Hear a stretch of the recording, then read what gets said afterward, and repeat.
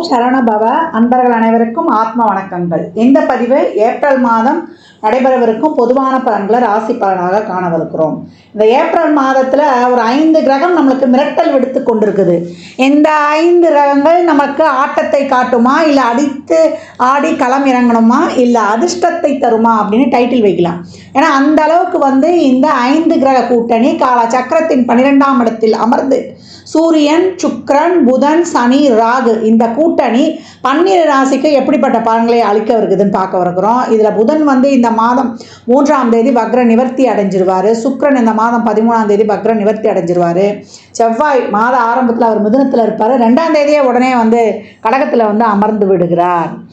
Ketu as யூஷுவலாக நம்மளுக்கு கன்னியில் இருக்கிறார். சந்திரன் நமக்கு மேஷத்தில் உதயமாயிடுவார் பரணியுடைய சாரத்தில். சூரியன் இந்த மாதம் 13ஆம் தேதி மேஷத்துக்கு அமர்ந்துடுவார். குரு ரிஷபத்தில் அமர்ந்திருக்கிறார். இப்போ இந்த குரு சுக்கிரன் பரிவர்த்தனை அதுவும் ஸ்ட்ராங்காக நம்மளுக்கு பலனை கொடுக்க போகுது. இந்த காலகட்டம் சூரியன் ஆத்ம காரகன் ஆன்ம காரகன் இந்த மாத பிற்பகுதியில் ஸ்தான பலம் அடைகிறார், உச்சநிலை அடைகிறார்.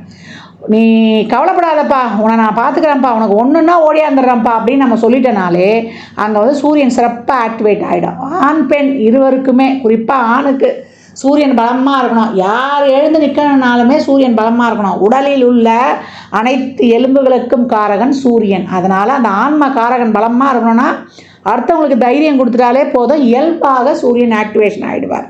இந்த கோள்களின் கோச்சார நிலையாலும் இந்த 5 கிரக கூட்டணி என்ன மாதிரியான செயல்பாடுகளை இந்த 12 ராசிக்கும் தரவிருக்குது என்பதை பார்க்கவிருக்கிறோம்.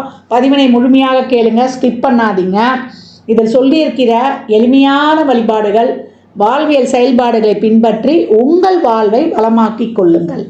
கும்பராசி கும்ப லக்னத்திற்கான பலன்களை காணவிருக்கிறோம். கொஞ்சம் நல்லா இனிமேல் உங்களுக்கு ஒரு பெரிய ரிலீஃப் எல்லாம் கிடைக்கும். ஒரு மண்டையில் என்னவோ உட்காந்து நிறைய ஒரு மன அழுத்தம், ஸ்ட்ரெஸ்ஸு, அழுகாதனாலே கிடையாதுன்னு வீட்டில் இருக்க பெண்கள் சொல்லுவாங்க. என்னன்னே தெரியலாமா, நேரத்துக்கு சாப்பிட்டு ஏதோ ஒரு வகையில் ஒரு அன்றாட வாழ்க்கை ஓட்டினா கூட ஏதோ இனம் புரியாத ஒரு பிரச்சனை, கவலை இருந்து கொண்டே இருக்குன்னு சொல்லி ரொம்ப எல்லா வகையிலையுமே உறவுகள் சார்ந்து, ஒரு தொழில் சார்ந்து, ஒரு பொருளாதார நெருக்கடி சார்ந்து, அக்கம் பக்கம் சார்ந்துன்னு எல்லா ஒரு விஷயங்களிலுமே நாங்கள் எப்படி தான் கடந்து வரோன்னே தெரியல. இறைவன் அனுகிரகத்தால் கடந்து வந்துட்டோன்னு ஒரு சிலர் நேர்மறையாக சிந்திக்கிறவங்க சொல்கிறத நம்ம கேட்கலாம். ஒரு சிலர் நாங்கள் எதுக்கு தான் இருக்கிறோன்னு தெரியல, கும்பம் துன்பமா அப்படின்னு கேட்கக்கூடிய காலம். இனிமேல் கும்பம் துன்பம் இல்லை, இன்பமயமான காலம். இந்த மாதத்தை பொறுத்த வரைக்கும் கொஞ்சம் கேரோட வந்துடுங்க. உங்களுக்கு மே மாதத்துக்கு அப்புறம்லாம் ரொம்ப அருமையாக இருக்கக்கூடிய காலகட்டங்கள். சமாளிச்சிடலாம். ரக்கத்தில் ராசியில் ராகு 7ல் கேது இருந்தாலுமே சமாளிக்கக்கூடிய ஒரு இதை வாய்ப்பு ஏற்பட்டுடும். கொஞ்சம் நம்ம கவனம் அதிகமாக தேவைப்படக்கூடிய மாதம் இந்த மாதம் மட்டும் இல்லாமல் இனி வரக்கூடிய காலங்கள் கவனமும் விழிப்புணர்வும் இருந்த சிறப்பாக கடந்துடலாம். ஏன்னா இந்த காலகட்டம் தொழில் மாற்றுறது, தொழிலில் ஒரு புதுசாக ஏதாவது நடவடிக்கை எடுக்கிறது அப்படின்லாம் இந்த காலகட்டம் வைத்துக் கொள்ளாதீங்க. ஏன்னா 3-10 செவ்வாய் நம்ம 6ல் நீசமாகி இருக்கிறார். கொஞ்சம் மாற்றங்கள் எல்லாம் கொஞ்சம் நீங்கள் பொறுமையாக கையாண்டுடுங்க அப்படின்னு சொல்லலாம். இந்த காலகட்டம் 2-4 பரிவர்த்தனை ஆகிட்டாங்க. அதனால் ஒரு ஃபேமிலியில் ஒரு பேச்சுவார்த்தை, ஒரு குடுக்கல் வாங்கல், ஒரு வாய் வார்த்தை, ஜாமீன் போன்ற விஷயங்கள்லையோ இல்லை ஒரு சுப பேச்சுவார்த்தைகளையோ அவசரப்பட்டு ஃபிக்ஸ் பண்ணிடாதீங்க. திருமணம்லாம் பார்க்கணுன்னா ஜாதகம்லாம் பொருத்தம் பார்த்து வைத்து கொள்ளுங்கள்.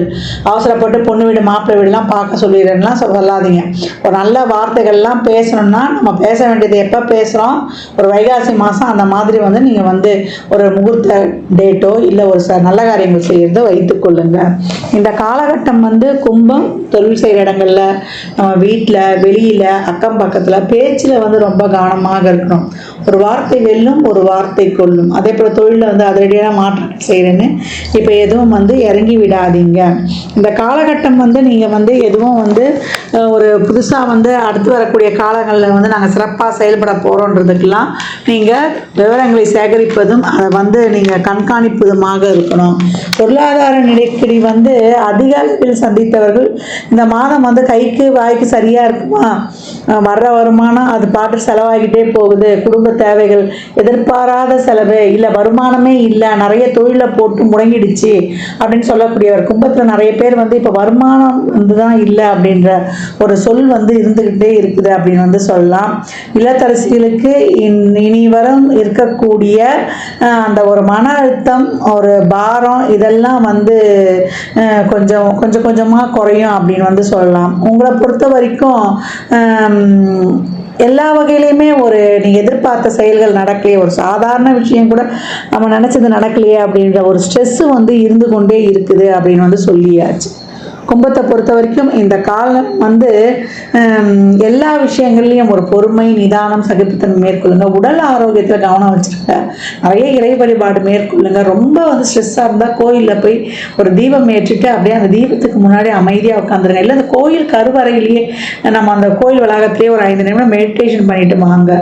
உடலில் வந்து ஆரோக்கிய ஜீரண உறுப்புகள் டைமுக்கு சாப்பிடணும். காலைல ஒரு 9 மணிக்குள்ளே, மத்தியானம் வந்து ஒரு 1:30க்குள்ளே, இரவு வந்து 7:30க்குள்ளே சாப்பிட்டு நடைப்பயிற்சியை மேற்கொள்வவங்களுக்கு உடல் ஆரோக்கியமாக இருக்கும். வண்டு வாகனங்களில் செல்லும்பொழுது கூடுதல் கவனம் தேவை.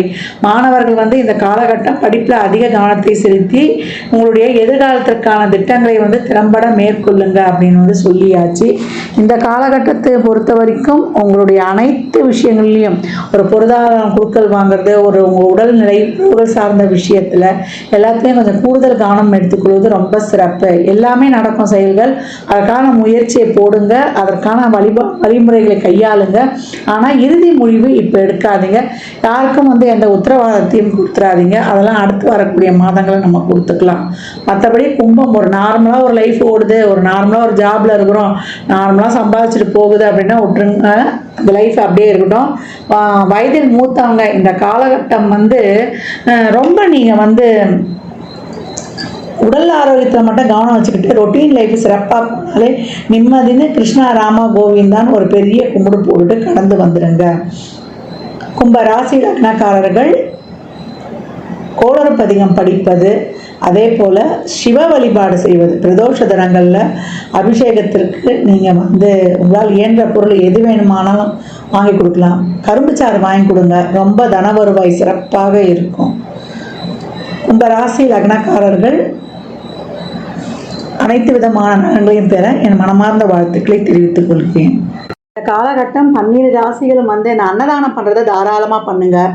வாயில்லா ஜீவன்களுக்கு வந்து தாராளமாக உங்களால் இயன்ற உதவிகளை செய்யுங்க. இல்லை அந்த மாதிரி இருக்கிற அமைப்புங்களுக்கு நிதி உதவி பண்ணிவிடுங்க. முதியோர் இல்லங்கள், தூய்மை பணியாளர்கள், துப்புரவு பணியாளர்களுக்கு உங்களால் இயன்ற உதவிகள்லாம் தாராளமாக செய்யுங்க. ஏன்னா சனி இருக்கக்கூடிய இடம் 12ஆம் இடம். எவ்வளோக்கு எவ்வளோ நீங்கள் தான தர்மங்கள்லாம் பண்ணுறீங்களோ தேவையில்லாத விரயங்கள், நம்ம மனசு கஷ்டப்படுற மாதிரி ஒரு ஹாஸ்பிட்டல் செலவுலாம் ரொம்ப குறையும், அனாவசிய செலவு குறையும். இந்த மாதிரி நல்ல காரியங்கள்லாம் செய்யும்பொழுது நம்மளுக்கு சந்தோஷமாக செலவு பண்ணிடலாம். அதே போல் நல்லெண்ணெய், தேங்காய் எண்ணெய், வேப்பெண்ணெய், இழுப்பெண்ணெய், நெய், விளக்கெண்ணெய் போட்டு அந்த 6 தீபம் எழுத்து சொல்லியிருப்பேன் இல்லையா, அதை எப்போல்லாம் டைம் கிடைக்குதோ நம்ம வாசலே ஏற்றலாம். ஷட்கோண தீபம் வாசலே ஏற்றலாம், நடுவில் நெய் தீபமும் ஏற்றலாம், இல்லை முருகர் படம் இருந்தாலும் வைக்கலாம். இந்த மாதிரி ஏற்றி வழிபடும்பொழுது உங்களுடைய அனைத்து விதமான பிரச்சனையும் தீரும். இந்த வேப்பெண்ணெய்லாம் ஊற்றி எழுதும்போது வாசல் எடுத்துங்க. வீட்டில் எழுத்தும்போது 1 சொட்டு 2 சொட்டு அந்த காமாட்சி அம்மன் விளக்குலையே கூட நீங்கள் ஊற்றிடும்போது ரொம்ப சிறப்பாக இருக்கும். கோயிலில் நிறைய உதிரியாக எலுமிச்சம்பழத்தை வாங்கி கொடுங்க. வெற்றிக்கனி 33 எலுமிச்சம்பழம் குலதெய்வ கோயிலில் ஒரு மஞ்சத்தூள், ஒரு குங்கும பாக்கெட்டோடு தாராளமாக கொடுத்து வரும்பொழுது உங்களுக்கு மிக சிறப்பான பலன்களை காணலாம் அப்படின்னு வந்து சொல்லியாச்சு. அதே போல் இந்த காலகட்டம் வந்து அனைவருமே நிறைய எவ்வளோக்கு எவ்வளோ பழைய ஆலயங்களுக்கு, சிவாலயங்களுக்கோ இல்லை இறை வழிபாடுகளை மேற்கொள்ளுங்க. அந்த ஆலயங்களில் சென்று அமருங்க. ஏன்னா அந்த பிரமிடு வைடுடைய முழு பலன்களும் ஆலயத்தில் அந்த கோபுர அமைப்பு மாதிரி இருக்கக்கூடிய நம்ம கருவறை வளாகம் இல்லை கோயிலை சுற்றி வர அந்த ஆகர்ஷண சக்தி அப்படியே இருக்கும். அந்த ஆகர்ஷண சக்தி நம்ம உடலில் உள்ள உயிர் சக்தியோடு இணையும் போது மிக சிறப்பான பலன்களை நீங்கள் கண்கூடாக பெற்றுக்கொள்ளலாம். அன்பர்கள் வந்து பதிவினை முழுமையாக கேளுங்க. தாங்கள் கேட்பதோடு மட்டுமல்லாமல் உங்கள் உற்றார் உறவினருக்கும் பகிருங்க. மற்றும் ஒரு சிறப்பான பதிவில் சந்திக்கும் வரை தங்களிடமிருந்து விடைபெற்றுக் கொள்வது ஆதித்ய சொர்ணலக்ஷ்மி. ஜாதகம் பார்க்க விரும்பும் அன்பர்கள் இந்த எண்ணிற்கு ஒரு மெசேஜ் செய்யுங்க. தங்களுக்கான விவரங்கள் அளிக்கப்படும்.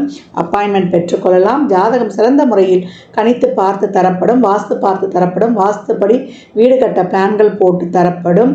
எண்ணியல் படி பெயர் வைத்துக் கொள்ளலாம். பிறந்த குழந்தைகளுக்கும் தொழிற்சாலை நிறுவனங்களுக்கும் பெயர் வைத்து உங்கள் வாழ்வை வளமாக்கிக் கொள்ளலாம். சுபமுகூர்த்த நாட்களும் குறித்து கொடுக்கப்படும். இறையருளால் அனைத்தும் நிறைவாகட்டும்.